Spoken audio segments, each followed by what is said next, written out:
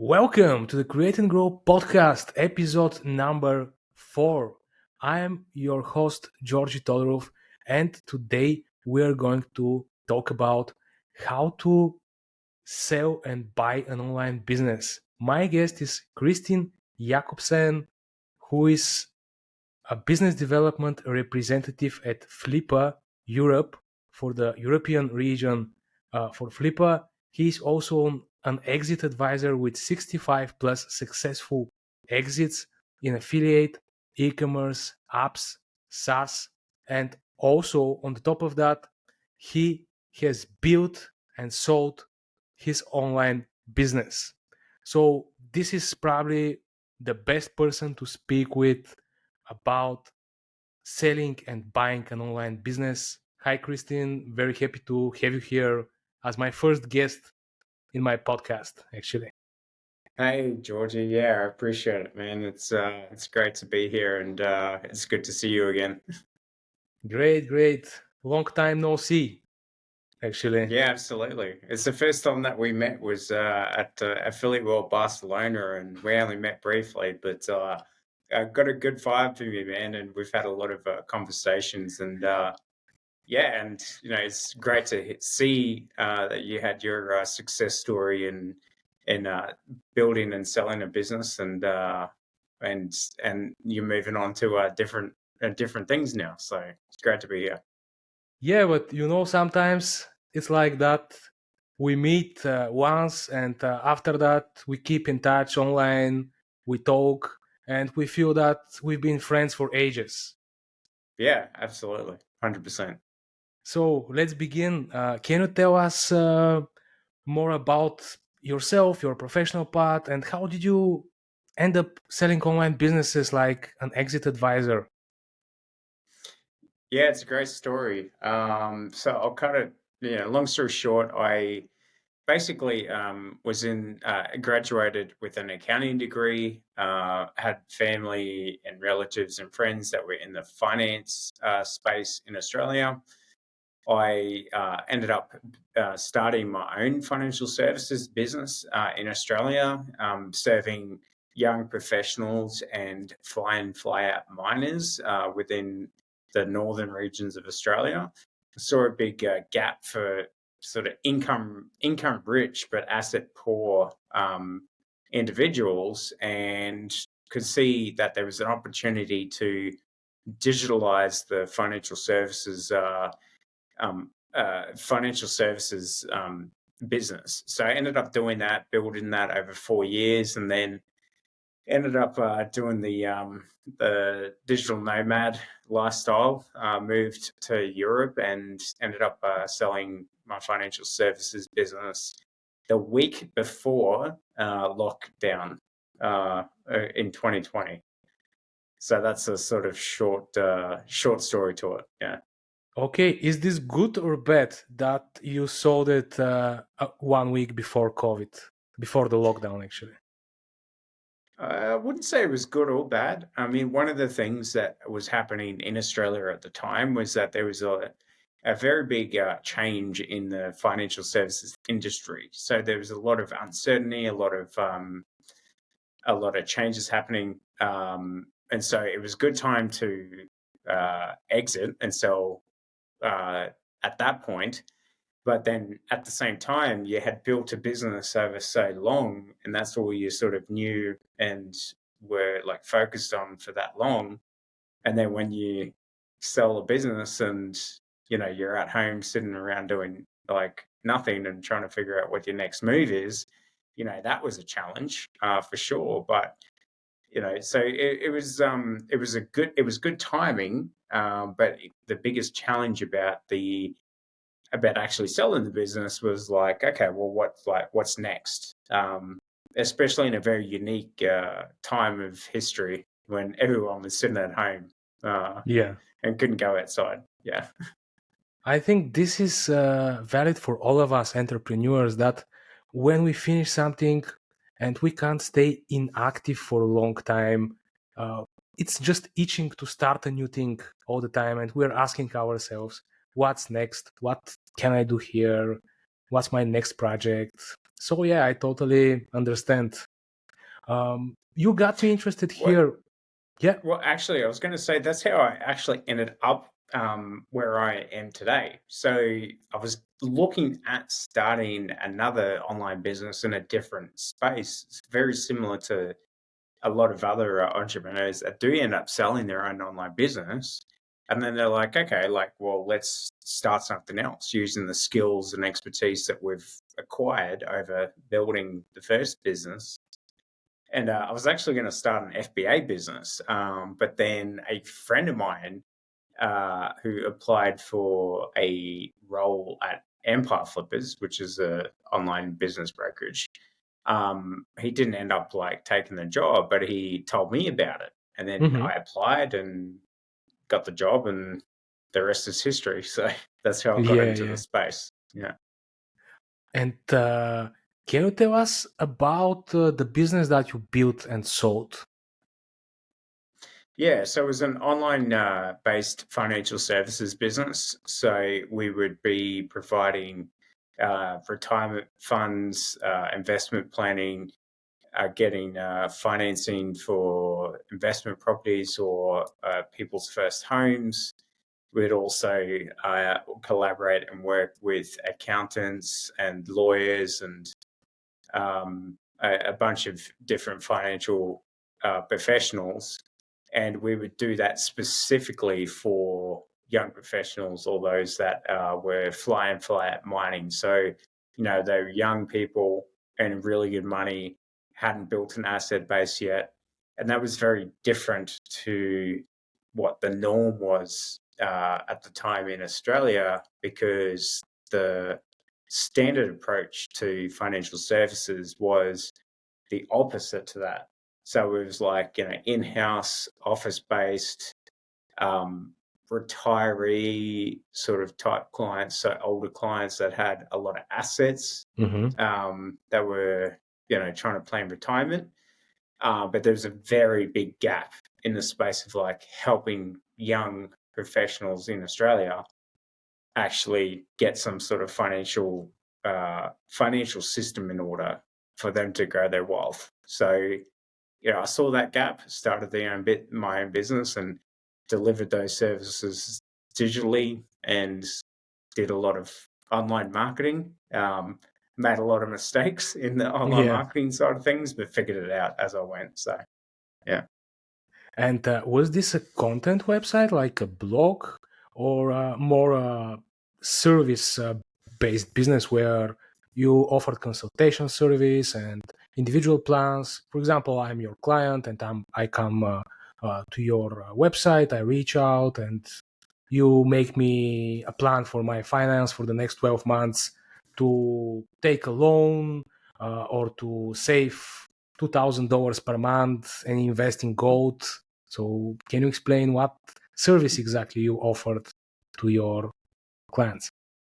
Yeah, exactly what you just said in the latter part. So it was an online service-based business, and the way that I got acquired clients and actually attracted like leads and built the business was through digital marketing effectively. So back in like 2014, 15, I was recording videos, putting it on Facebook, like figuring out how to boost a post on Facebook with a video in a certain region for certain interests within a Hmm. certain age bracket. Yeah, and none of that was really being done at the time in financial services. So yes, it was an online service-based business that we would provide, like what you just said, in terms of the delivery of services. But the way that we marketed and put our brand and face out there was through paid advertising. The SEO side of things and the blogging side of things, I just completely was not great at. So, so that was something Yeah. that I never could figure out. And it's very, what like you would understand. It's a very competitive. Even back then, it was like super Yeah, I can competitive. imagine all the big Yeah. players are buying backlinks like crazy about loans and mortgages. The banks are also there. They have super authority websites. They don't need to do much to rank. So I can imagine. Yeah, 100%, 100%. And I sort of intuitively knew that it was just way too competitive in that space. But I knew, like, to give you an example, Georgie, like our cost of acquisition was around $150 Australian dollars, but Wow. an average revenue up front for a new client was like 2,500, and that was up front. Then there was all the ongoings. So, that was a good investment to make, and I was happy with with that with that return on advertising spend. So Absolutely. And is it a secret who acquired you? Because I guess that this is some player in the industry, some bank that decided that you grew too big and that they want to acquire you. yeah, so I had the fortunate I already set up an agreement when I started the business to have a pre-purchase arrangement with. I won't name the company, but it was Australia's largest financial services company at the time. Hmm. So I'll leave it at that. So you started the business with the intention to sell it at some point. I didn't necessarily like intend to sell it, but I wanted an exit strategy anyway. So Nice. because I like options, Yeah, of course, and of that course. and the reason I ended up actually selling it, to be honest with you, is number one, like I had all of my assets, like all of my net worth, basically tied up in one asset, right? So if something went wrong with that, like fundamentally, then that would be challenging.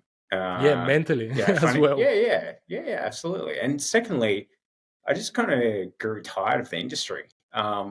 I wasn't enjoying it. I wanted a new challenge. It was like something that I had built and done, but I wanted to move on to something different. So that's the reason I decided to sell ultimately. And when I talk to people around selling their online business, there's always different reasons for that. And people have, their own motivations for that. But what I would say, if you are, looking to sell your online business, it's like, yeah, number one, you want to sell it for, the amount that you're happy with. But secondly, really want to, you really want to find the reason out for yourself as to why you really want to sell the business and what's next for you. That's the biggest difference. Yeah. And speaking about your business, you said that you offered services to your clients. Hmm. That's something very interesting to sell a service based business or a digital marketing agency, for example. I can see more often that digital marketing agencies are being sold for good amount of money. And I don't think we are so used to seeing that. Most often you see blogs, content websites being listed and sold. But what are the main differences between mm, those two types of businesses, content websites and service based businesses, digital marketing agencies, when they are listed? Yeah, so the biggest difference between the two in terms of sellability wise, or like why someone would like look at buying one over another. So with content sites, right, you've got affiliate revenue, you've got display advertising, you've got guest posts, you've got you could also provide online courses or digital products. So with content, it's really sort of automated in a sense, the revenue, Mm-hmm. meaning you build the blogs and you build the traffic and you put the articles together and all that, right? But if you sort of stopped doing anything for a few months, the revenue is generally going to continue, right? Would you Yeah, agree? absolutely. Yeah. Whereas with a digital marketing uh, business, or like a service-based business, a lot of the time, the challenge with those businesses is that it relies on people to be able to deliver the services to be able to then get the revenue. Yeah, but even though, So, yeah, sorry to interrupt, go on.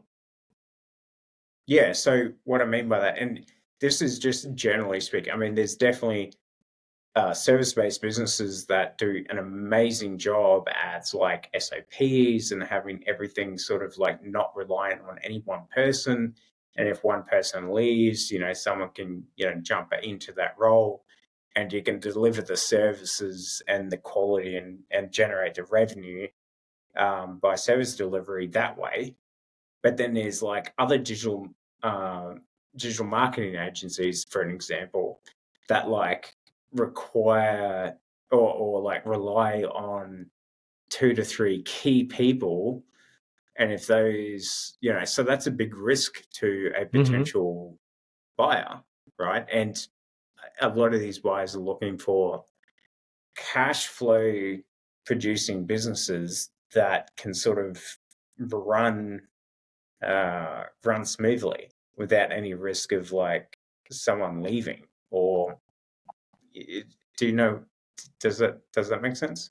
Yeah, that makes sense. But even though you sell the team, you sell the SOPs and the clients, and mm, you as a face of your company, as the most important person in the business, in the agency, you are the face of the company, and the clients came to you because of you, because they know you, they trust you. So what do you think? Probably this is a big risk, because many of the clients may leave after the main person, the CEO, the founder of the agency, sells it. So, are you talking about like agencies in general, or about the business that I ended up selling? I'm speaking about digital marketing agencies. This is what I Yeah, was thinking about. But if you want, you can tell about your business as well. yeah, absolutely. Okay, got it. So, what you just said there, in terms of like, okay, there's a founder or the CEO or the main person that's the face of the business, right? Right. Yeah. So a lot of the clients trust that individual or trust that person, and it's relationship based, right? Yeah. So when that business gets sold and there's a new owner and that person is no longer part of the business, then what happens? Yeah. Like, Exactly. do the clients like just go, oh well, I don't like this new owner, or I don't like these changes. I trust this person that I've been working with for ages. So like there's a huge risk for a buyer in that sense. Whereas if it's just like XYZ brand, and they trust the brand and they don't care who the individual is, but they love the service and they get the results, Mm-hmm. then it's the brand and the business that's Mm-hmm. actually, you know, has the relationship, not the individual. So Yeah, actually, that this makes is a sense. very good point that you bring up, because this is the biggest challenge that I guess the financial services industry has in Australia, at least, is that it's very much reliant on the advisor with the relationship, and it's very difficult, especially when it comes to like, your whole your financial future in somebody's hands. When you try to sell the business and it's going to go to somebody else, they've got to build that trust and the relationship up again. Whereas for me, like, yes, I would do the sales and like, help the clients and stuff, but the fundamental system was the system, not just me. Yeah. So, that could continue without me, in a sense, So to if wrap that it makes up, sense. if you're going to acquire an agency or a service-based business, look for an established brand as a whole, not for just one person agency where there is one CEO who is posting on LinkedIn and his face is everywhere on the website, and the whole brand is around one person. Yeah, 100%. I mean, that's honestly, even with content sites, like the probably the hardest thing to sell for a content site is if it's like one person and the whole audience just wants to hear from that person and the relationship is with that person. Like when that person leaves, then what happens? Yeah, Like, absolutely. they like there's a big risk there for a buyer.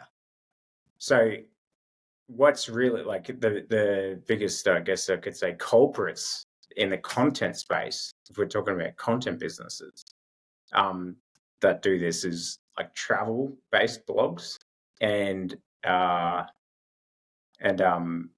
cooking based sites, right? So it'd be like travelwithgeorgie.com, right? Yeah, And it's just you taking photos, traveling the world, having a good time. It's like, okay, that's great. It's good for income and it's good for community. But like, what if you decide that you want to sell that? Like, they have then to employ me probably to keep yeah. making photos and send them the And photos. yeah, exactly. And then maybe you don't want to do that. And also, even if you keep yourself branded on that, like, there's a risk that maybe you decide to do something that it's not a good thing for PR, and then so there's a huge risk Oh there. yeah, It all really absolutely. basically comes down to risk. So if it's around the product and the brand and the service and stuff, and there's like not a key risk of like the business being really deteriorated because of one specific thing, that's where it gets challenging.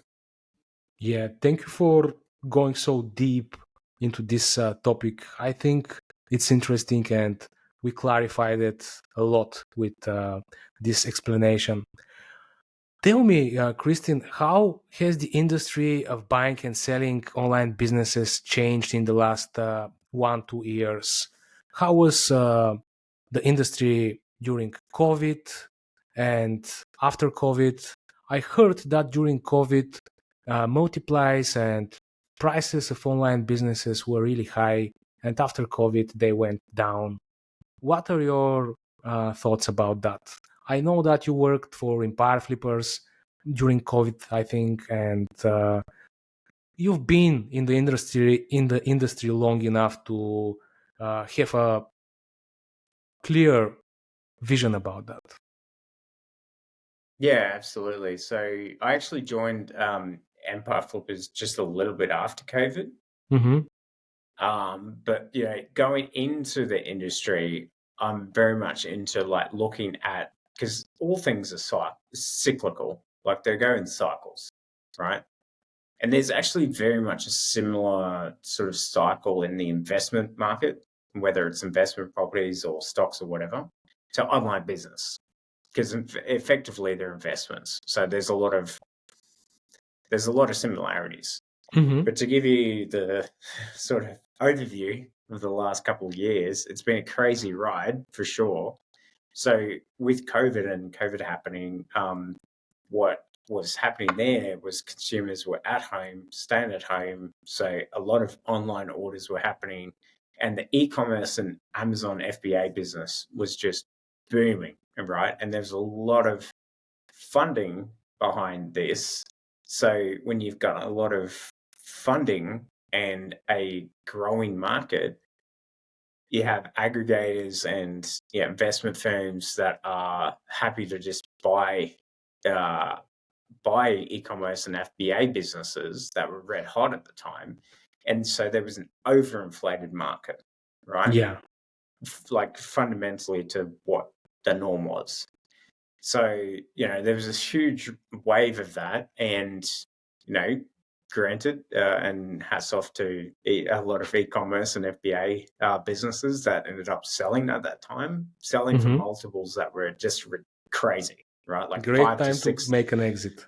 Yeah, absolutely. So 5 to 6 times like net profit for businesses that are just fundamentally weren't that great or sustainable, but the funding was there, right? And so, that was coming up into that like period. And then, things started to sort of settle down again. And when I joined the industry, that was sort of like at the peak sort of time. But then what started happening was, funding started to, get reduced. Things started going back to normal. People started going back to work. Interest rates were increasing as well. So the cost of actually financing deals was getting more expensive. Also, aggregators realized that they were good at acquiring businesses, but actually operating them was a different thing. Yeah. So there was challenges with that. And then, global sort of conflicts, which creates logistical problems fundamentally, like getting products across the world started to become an issue, right? So there was a lot of these things happening. But then, a lot of people were starting to look at like cash flow based businesses, aka blogs, affiliate sites, the non-product based businesses, essentially, right? So that started going really well. But then, as you know, and I'm sure a lot of your listeners listening to this now, Google algorithm updates just absolutely created havoc and chaos within the SEO community, right? So, cash flow wise, it was a good idea because you build a blog and that can go on and it's like passive income, or as close to passive income as you can. But then there's also the risk of like you're relying on one fundamental company to give you the traffic, which is Google. So then that becomes a big risk to potential buyers. So anyway, to summarize, the last couple of years, it's been a crazy roller coaster. But fundamentally, the mentality of people that own businesses now, some people are still stuck back in 2020, 2021 in terms of like, oh yeah, I want to get 5 to 6 times for my e-commerce business that's been operating for 2 years and is under 20% net profit margin and has no real difference compared to other, businesses that are selling similar products. The reality is now that's not going to happen. And so, people do online research into what they think their business is worth, but they're looking at information that was even if it's 12 months old, that information is outdated now because this industry moves very quickly. So, it is, it's definitely been a roller coaster, but, there's always opportunities and there's always, going to be people that are going to want to buy online businesses and there's always going to be people that want to sell. So, it's really just understanding what's realistic and understanding the motivation as to why someone or why you'd want to sell your online business rather than just like trying to time the market because, everything changes and it's very quick that it changes in this industry at least. Yeah, our industry is very, very dynamic. I don't know any other industry that's so dynamic, actually. Yeah, But and I you love just it. mentioned something very interesting that those hedge funds, those investors, they pumped up the market so much. They increased the prices. And I thought that those individuals, those people who were stuck at home from the lockdown and they had some savings, they thought, oh, I'm going to acquire an online business because I want to make money from home or something like that. So they didn't influence the market so much, I guess. Yeah, it was really just like big companies that had the financing and the capital to be able to buy online businesses than e-commerce businesses because there was like a huge demand for it at the time. So what ended up happening, like back then, it was a lot of e-commerce and online businesses that were making a lot of money. And if you're making a lot of money and things are going really well, like then there's not as many people that kind of want to sell their online business, right? But then there's buyers here. So supply and demand, very basic, Yeah. like fundamentals. Not a lot of supply, huge demand. Now it's huge supply and very little demand because the demand is, there's a lot of risk logistically. Financing is also a lot more expensive. There's almost like this hangover, I guess you could say, of Yeah. of acquisitions. And there's a lot of e-commerce, and this is very specific to e-commerce, like physical product-based businesses at the moment, right? There's all different types of monetizations, but this is like the most well-known sort of thing. So, there's a lot of challenges with the e-commerce businesses now. And so everyone's kind of looking to sell now. So it's flipped right now. With content sites, it was like going gangbusters up until like literally the end of last year. And then Google algorithms sort of like I don't know if you have this saying in Eastern Europe, but in Australia we say threw a spanner in the works. A Meaning, spanner. yeah, like a spanner, like, something, got in the way, the Google updates. So, so now it's just a little bit uncertain for the market because, they're not sure what Google is going to do. So they're a little bit sort of hesitant. But, these things change and, people get back confidence and, things go back to being great. And you personally, I know you timed your sale of your business like perfectly because I think this all happened before the Google algorithm updates, no? Or was it Well, after? when I listed it, it was June, I think, last year. And Okay.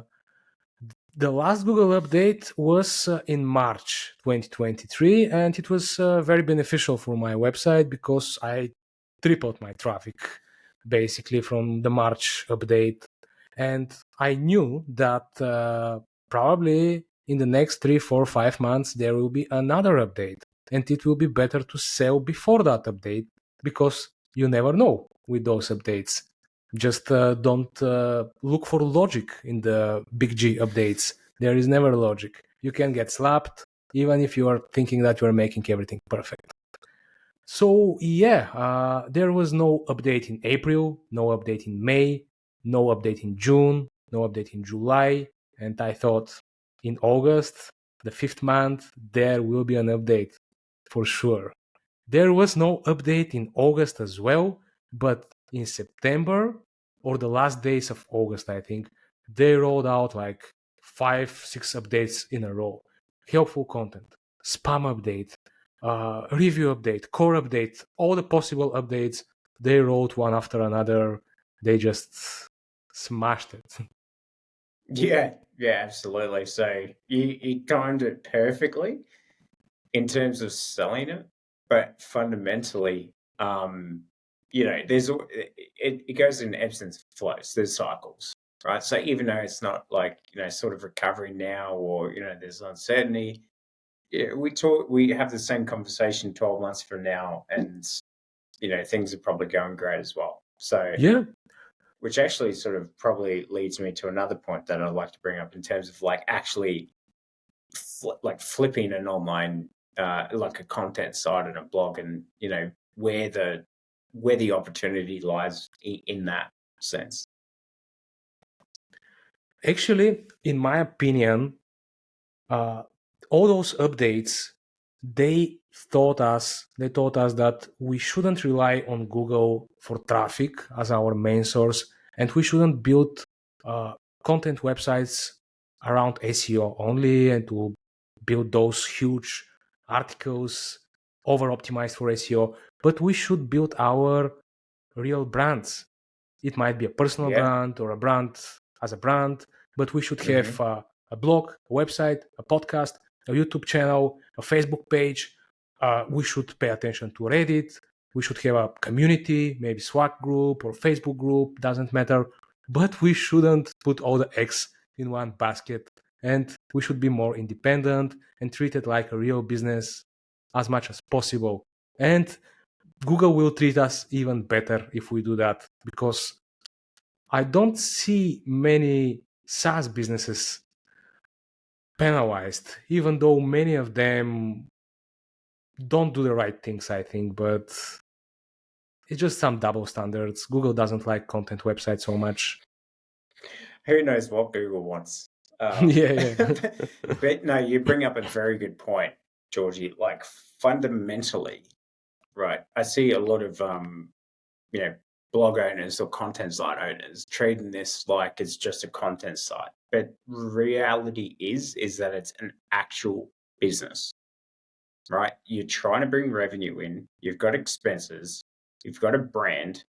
So yes, in a way, even the best like SEO experts and technical SEO guys like still had a challenge with the Google algorithm updates.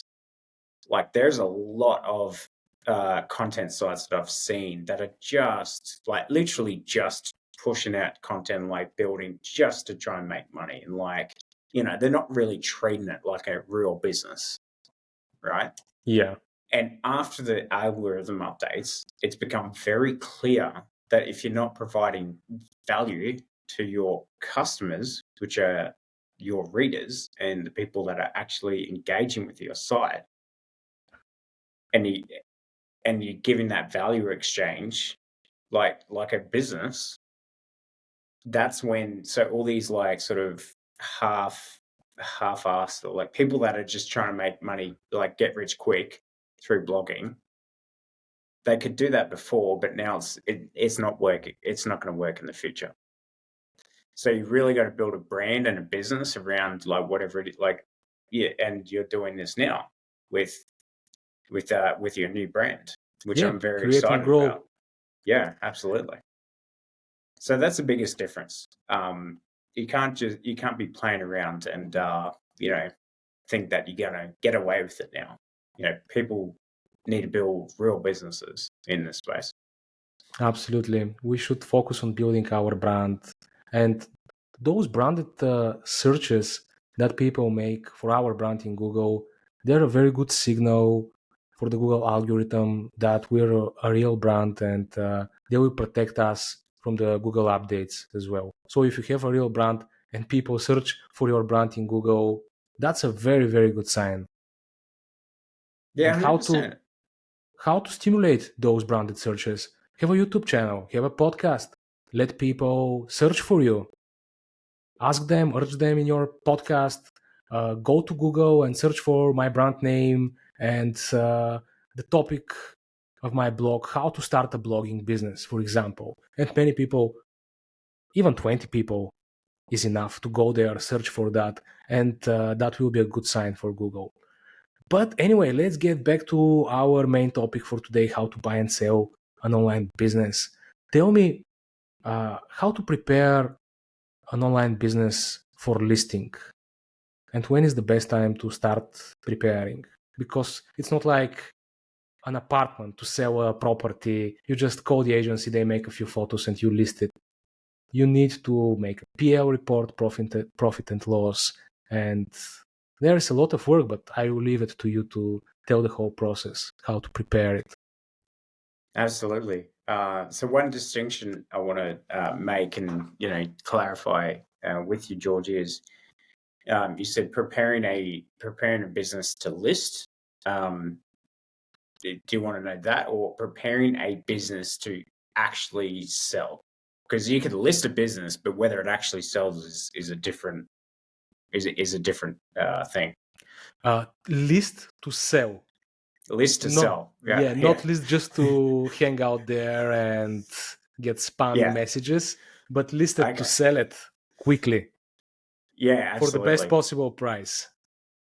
quickly, best possible price. All right. So 50 yeah, because multiple. 100x more than Yeah, Google's more than Google's PE ratio, right? So yeah. okay, so I mean, because fundamentally, like if you wanted to look at selling a business, like the ultimate goal is actually selling it, right? So you could go ahead and list it and like put it out there, but if that's like at the end of the day, you've really got to commit and plan towards actually selling it, right? So in order to actually get a business prepared to sell, the first fundamental thing, it's not a technical thing of like preparing, an investor summary or like an acquisition summary or, your profit and loss or whatever. The fundamental first step is actually understanding the reason why and the motivation that you have to actually sell the business. Okay. So, if you're just sort of like, oh yeah, maybe I can sell the business for like a really good price, top dollar, and just put it out there, and and you're not really that committed to selling, it's going to be a very long road for you. It's not like, it does require time and effort and resources for you to be able to sell the business. So, the first step into preparing that is to actually make the decision to. So that's the first thing. But then the second, like if we're going to go into the technical side of things, like a profit and loss of your business is fundamental. No buyer is going to be looking at buying this business without financials put together. And that's probably the content SEO space is very are the worst offenders to this, where there's no like profit and loss or financial statement, and it seems like it's hard, but it's actually very easy. And even if you don't want to do it yourself, there's plenty of really good e-com specific or online business specific bookkeepers that can do that for you. It's not hard to do. But if you don't have that, then you're not even in the game to begin with, right? So that's the first thing. Second thing is being able to find out the realistic valuation of the business and how much you can really sell it for. And when you find that out, like making a decision as to whether you're happy with that, or if you got an offer for that amount, whether you'd actually be okay with that and you would like to proceed. So I'll give an example of this, right? Like if the realistic market expectation for your business is like 250,000, but you want to sell for 500,000, I'll give you an insider tip. Like the market doesn't care about what you think. The market doesn't care what you think the business is worth. The only people that are going to tell you what your business is worth is what the market is telling you. Yeah. So if your business is worth 250, but you want 500,000, then that's part of the preparation. Is like, all right, well, am I willing to accept that realistically, or am I not? Because the biggest thing that makes deals not go through or like fall apart is that the seller's expectations are way up there, and it's so far out of reality that they're just not going to get someone that's going to buy the business because they have unrealistic expectations. To put it in a different way, let's say you have a car that's like, really it's worth 25,000, but maybe you've put a leather interior into it and it looks nice and you've looked after it and stuff, but realistically it's worth 25,000. Now, if I had a $25,000 car and I said to you, Georgie, like, yeah, actually, I love this car. I've done a lot of work on it. I've looked after it, so you should pay me 60,000. Probably we invested that money, but the market has other options. The same car is being sold on 25, so that's the real price. Yeah, but you've looked after it and it's your baby and you're really emotionally attached to this and you think it's the best car ever. Like, will you still buy it for 60,000? Does Like, it have a potential? Because many online businesses that are being sold, being listed, actually, the sellers say, "Here is a great business that doesn't make much money, often doesn't make any money, but hey, it has a huge potential. You just have to do here and there some tricks, and the potential is there. It can make a yeah, lot." What do you think yeah. about that? What I genuinely, if I'm very blunt and honest with you, Yeah. you know that, Georgie. But I literally have a filter on my email inbox that if there's any word in an email that says like potential or opportunity, it goes to spam. I should do that as well. So, I don't get so, those emails though, so no problem. so okay, so let's look at it, and this is how like this may sound ridiculous, right? When I put it in a different perspective, but this is the reality, right? So let's say you're trying to try and sell a house. Okay, Yeah. it's a great house, got all the fundamentals, nice, pretty well market, got market, you get within a reasonable price range or whatever. Um, but then you say, like, as a seller, you say to the buyer, yeah, like let's say it's 500,000, right? But then Hmm. you say, oh yeah, but there's potential to add a pool in the backyard, and there's a potential to add a home office, yeah, like in the space.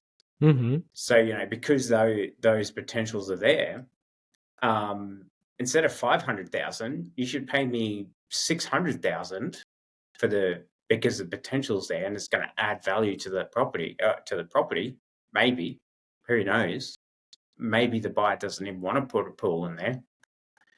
But so the seller is saying, yeah, give me 600,000 because that's the potential. But then also, buyer, you also have to pay to install the pool and build the home office space.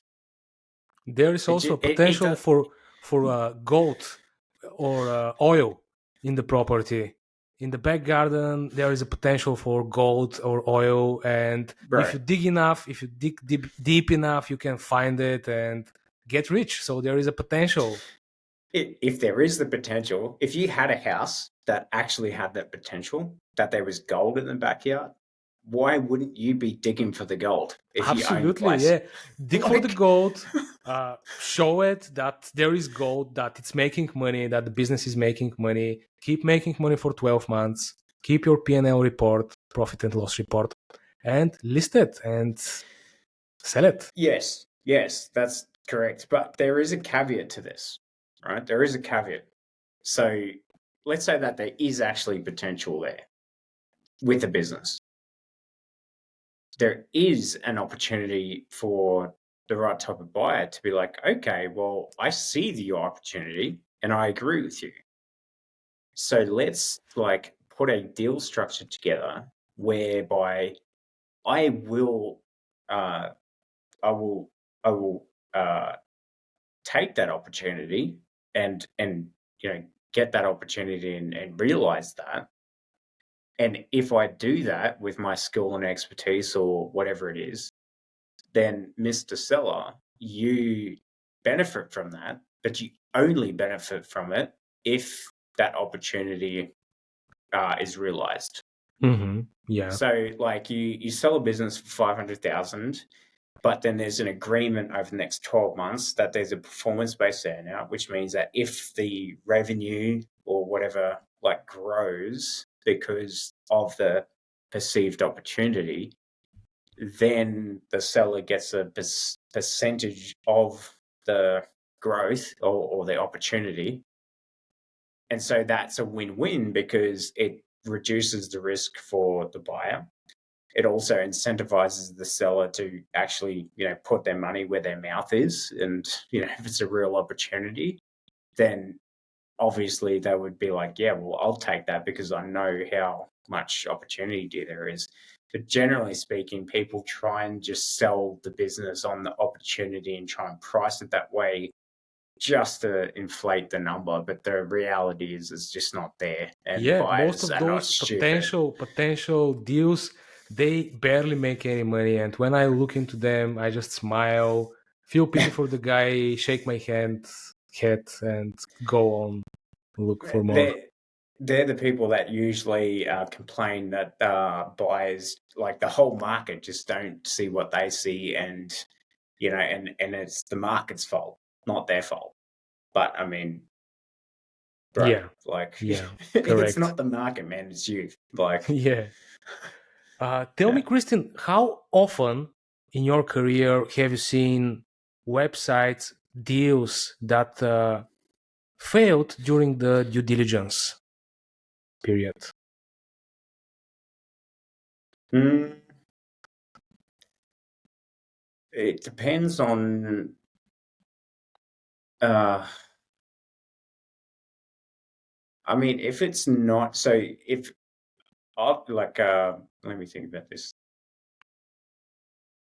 So if you, I've seen it fail a lot if there's not professionals or experts that are going through that process and like assisting the seller, Hmm. right? So if you're like trying to sell the business yourself and you're going through due diligence and trying to put your own financials together and you don't really know what you're doing, then the risk of the deal falling apart through like due diligence and not going through is very high. Reason being is because, firstly, like maybe the financials are not like represented correctly, and there's certain things that are like actual issues that weren't brought up initially that are then found out through due diligence. And then there's also like the negotiation part of like, there's still negotiation to occur. And so maybe there's not an agreement where the seller's happy or the buyer's happy. And so therefore, no deal is made.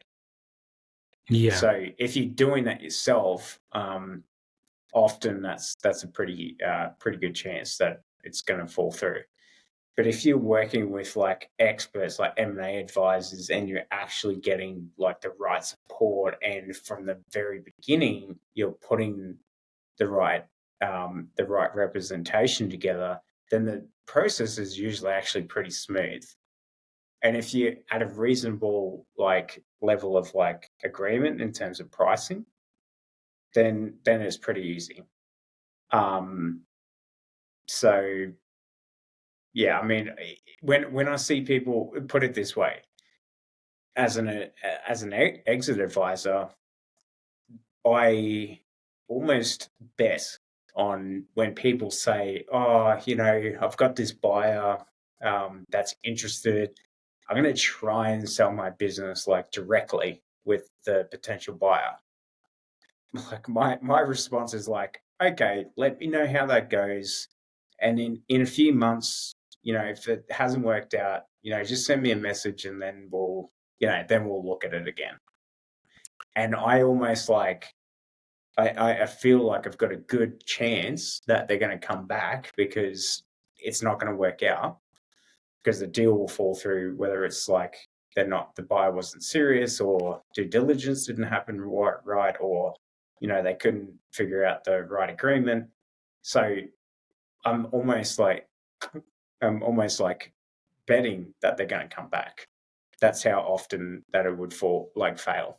So Does that make using a sense? broker reduces the chances that the deal may fail. Use a broker because it will save you a lot of hassle, time, and regrets, basically. Well, Especially if I'd it's your say first deal. yeah, absolutely. If it's your first deal, like you honestly, unless it's like a $10,000 site that's very Yeah. small and there's not a lot of like that's pretty easy, right? But if we're talking about like some serious like business, like size business, like 300,000 plus, a decent amount, or more than that, then if you're trying to do it yourself, like there's so many things that can go wrong. And also, you might also get taken advantage of if there's a buyer that, knows what they're really doing and can play the game, and you Yeah. don't know what you don't know. But yeah, I would say like in terms of a broker, like not just a broker, but like a company that has like specialist mergers and acquisitions experience, especially in the online space, that's what you're really looking for.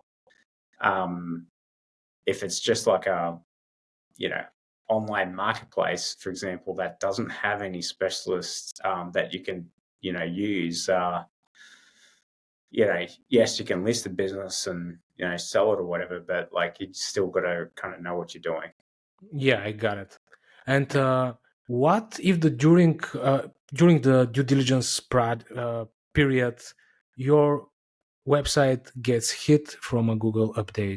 It's like 3-5 weeks due diligence period. Your business gets hit. You lose 50% of your traffic, and a lot of your income is also reduced. What's next? Maybe the buyer can break the deal or negotiate the price again and reduce it. Yeah, that's a great question, actually. And that's like what really, there was a lot of challenges with this when the Google algorithm updates actually come up. And there was businesses that were in due diligence. So part of the, there's a thing called a letter of intent. So basically what that means is like, yes, Mr. Seller, like we are agreeing to buy your business at this price, subject to these conditions. And one of those conditions is generally like, that the revenue and the performance of the business is like relatively stable or up to a certain percentage of like, variance. Yeah, all the power is in the buyer, basically. If anything goes wrong, they can break the deal or negotiate the price. Yeah, absolutely. Yeah, 100%. Because it's like a conditional offer. Yeah. Now, during that period, if something like that does happen, then the seller, then the buyer could be like, well, actually, fundamentally, we still like this business and we still want to acquire it, but Hmm. because of these changes, like this is what we're, willing to offer. And if the What seller, yeah, what if the Google update is actually rewarding and you get more traffic than before and more money? Let's say that your traffic grows by 30%. Can you ask for more money? yeah, absolutely, you could, yeah, 100%, because it's still like a negotiation phase. Yeah. So, like, if they've gone through the due diligence and things have been going fantastic, and then you go to them and say, like, and then they're like, so let's say that they were offering 300,000 and, your traffic was, at that level, like 300,000 worth, say, for example. But then, like, and this is sort of situational because due diligence really shouldn't take more than like 60 days for a content site around this size anyway, 60 right? days. Yeah, like maximum. Wow, that's a lot. I Sometimes, like, thought about 2-3 weeks. well, I said maximum, right? Like Yeah. usually it's shorter than that, but maximum 60 days. So there's not a lot. Like, I mean, yes, there's freak accidents like the Google algorithm that can happen, but in a sense, there shouldn't be too much that changes. But let's say that there is a significant increase for some reason, right? That's absolutely something that you can negotiate as a seller. And actually, in a way, like just because you accept an LOI and it's based on conditional acceptance, like that doesn't mean that you have to 100% accept like uh, any other offer from the buyer, Yeah. because they're gonna adjust their offer or keep like generally they're gonna adjust the offer, and usually it's kind of down, but that's not that's not always because they're just trying to, get some discount on the business. Like usually it's because there's just a discrepancy in something that can change it a bit. But like, let's say, Georgie, for example, you say you're making 50,000 a month net profit, but actually, and you've got like, I don't know, a million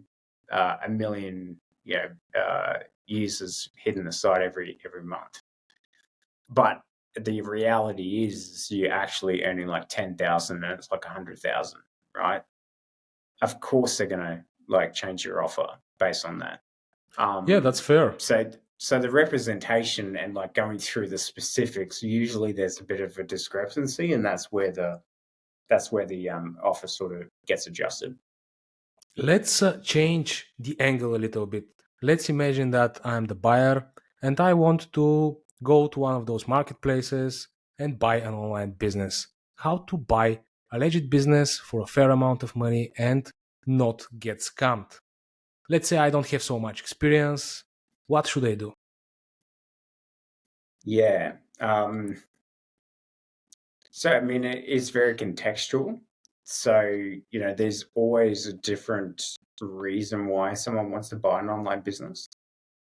So, for example, some people want to buy a business and because they know that if they buy this and add these things and change these things, that the value of the business is going to like significantly increase, and then they can make their money that way, basically like renovating and upgrading a business and selling it for more at a later point in time. Like Those are more experienced players, I guess, that know how to, for example, they see little details like, okay, this is running on Google AdSense, I will switch to Mediavine, and this immediately will double the income. Yeah, something like that, something that that you're really good at and you can like implement and add value and like increase the value of the asset that you're buying. Some people want to buy a business just for like cash flow and lifestyle friendly reasons, right? So, it's good cash flow, it's consistent. They can kind of do a bit of work on it wherever they want in the world, and, they can reliably get the income from that business. There's other buyers that they actually want to buy an existing business. They don't want to start something from scratch. They want to operate it in terms of like, rather than having a job, but actually have their own business and be their own boss. And they got money to actually buy a business that's existing rather than starting from something from scratch that's an unknown. Right. And then there's, like corporate companies that, for a strategic reason want to buy the business because they can make returns on that through, strategic reasons, I guess you could say. But in terms of like not getting scammed, so realistically, going to a marketplace that has a good reputation and has a good vetting process, or at least a verification process in some way, shape, or form. That's the first thing. But then the second thing is that there's some great services that are available for vetting and due diligence services that you can do on a business that will give you a report from an expert that will show you, what are the risks, what's real, what's not, like, and, to see whether it's really a scam or not. So you'd have to put the investment into that if you don't really know what you're looking at. So there's two layers to it. The first one being, where you actually find the deal. Like if you find it on, Craigslist or something, and it says great opportunity, buy now, and it's like $1, and they're saying that they're making 10,000 a month, probably a scam. Probably, yeah, too good to be true.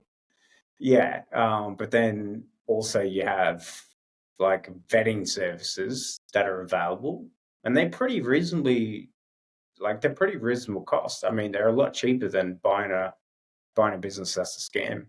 So absolutely, that will be very painful, and you pay not only with your money, but also with your health, with your mental health. You'll be just destroyed if you throw up 50, 100K to a business that doesn't make any money or barely any money.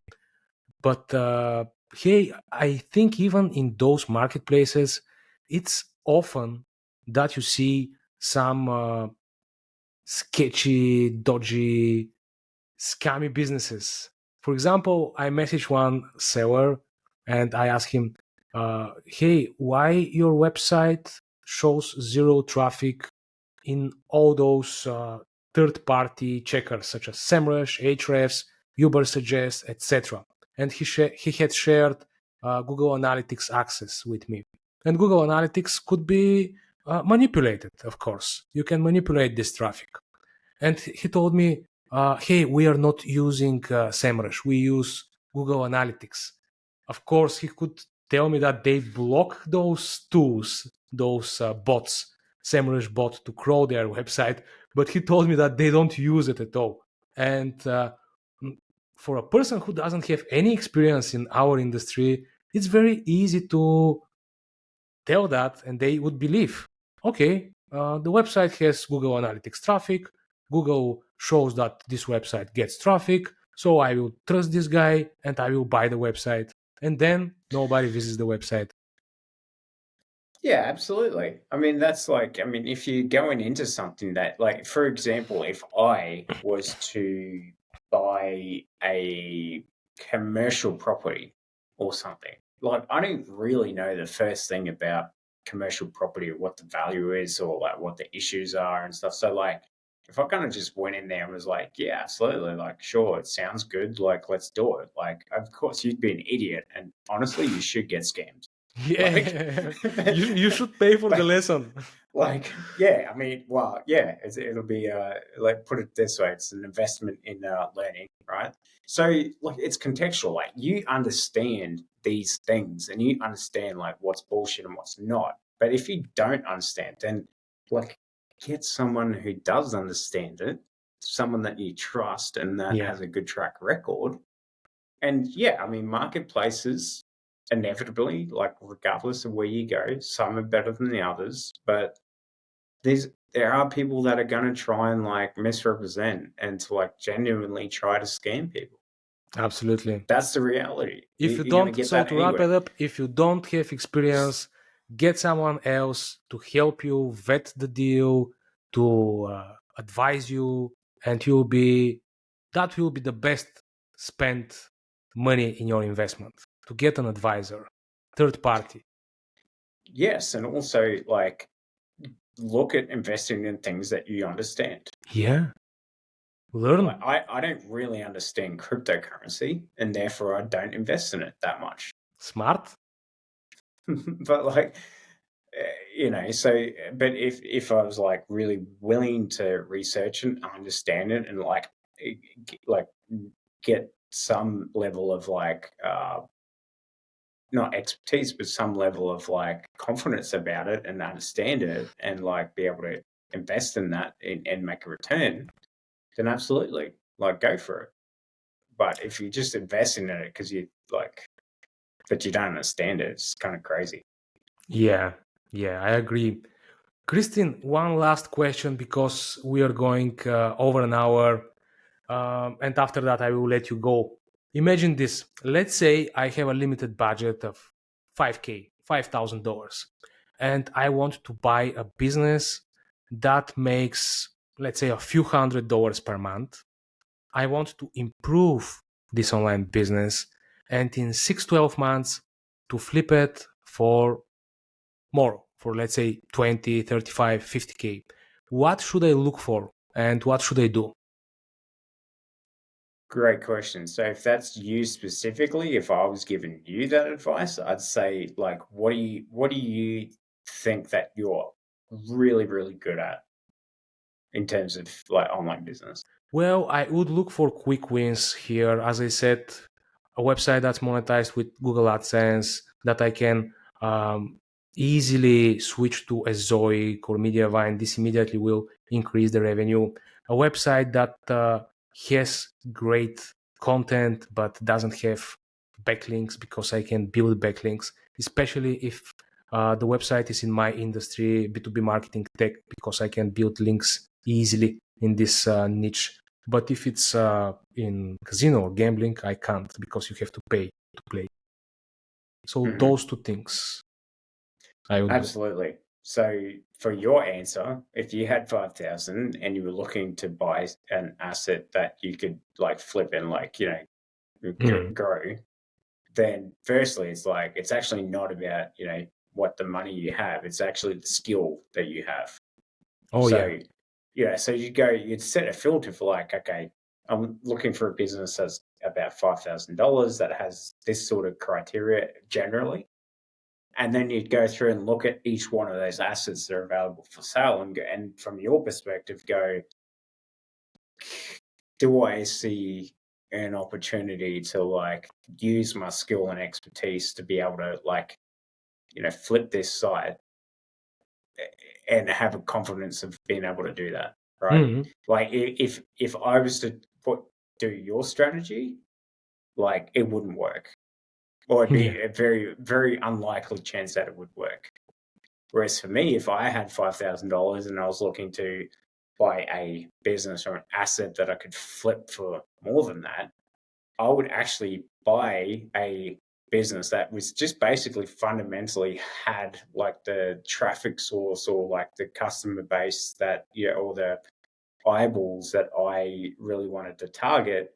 And then I would use my skill and expertise of like understanding the industry and understanding like how to help people, buy and sell online businesses and engage it. And so that would be my skill set. But I don't know how to build a backlink. I don't know how to do SEO. I don't know how to do these things. Yeah. So it depends on the skill So set that the buyer has. It's very yeah, individual for everyone. yeah, 100%. So, to answer your question, if you're looking for a business, generally speaking, it's like actually, what know you're really good at and can take an opportunity on, that's what you should buy or look at buying. Perfect. That was the last question of our Awesome. podcast. Thank you so much, Kristin, for your time today. And tell us where people can find you, follow you, and just advertise yourself and share your social media, everything that you want. Yeah, I appreciate it, man. So, at LinkedIn, you can also go to kristinjacobsen.co.